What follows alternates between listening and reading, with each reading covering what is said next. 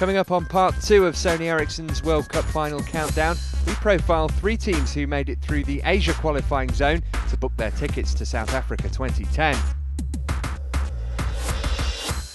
Asian football has developed considerably over the last 20 years, and 2010 could see the strongest showing yet from the continent.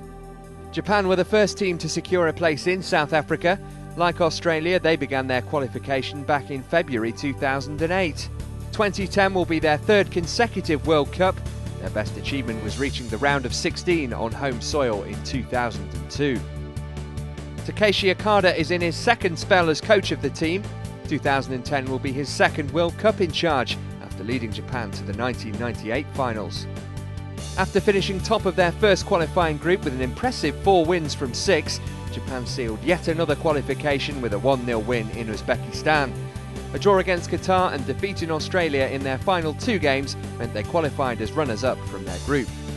Shunsuke Nakamura is the icon of Japanese football. After spells in Italy and Scotland, he now plies his trade in Spain's Primera Liga with Espanyol. Nakamura has played more than 80 games for his country and is known for his tireless endeavour and spectacular free kicks. He was Japan's joint top scorer in qualification. North Korea will play in just their 2nd World Cup finals next summer. They negotiated an arduous qualification path to ensure their place in South Africa.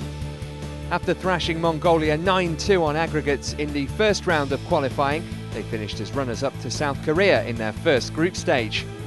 In the final round of qualifying, they again finished as runners-up to South Korea. On the same day as Japan, South Korea and Australia were securing qualification, North Korea were held to a frustrating 0-0 draw by Iran. However, another 0-0 in the final game of the group was greeted with much more cheer and sparked scenes of raucous jubilation. The point against Saudi Arabia enough to earn qualification for South Africa 2010. North Korea's only previous appearance in a World Cup finals came in 1966. Then they recorded one of the World Cup's all-time great upsets with a 1-0 win against Italy in the group stages before being knocked out by Portugal in the 2nd round. The 2010 World Cup will be the first time both North and South Korea have competed in a finals.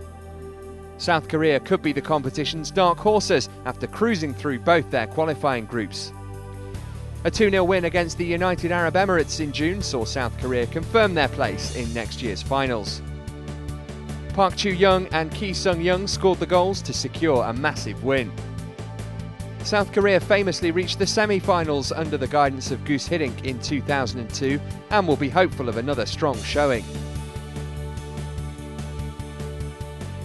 So 5 teams have joined host nation South Africa in securing their places at next summer's showpiece. There are still 26 places up for grabs.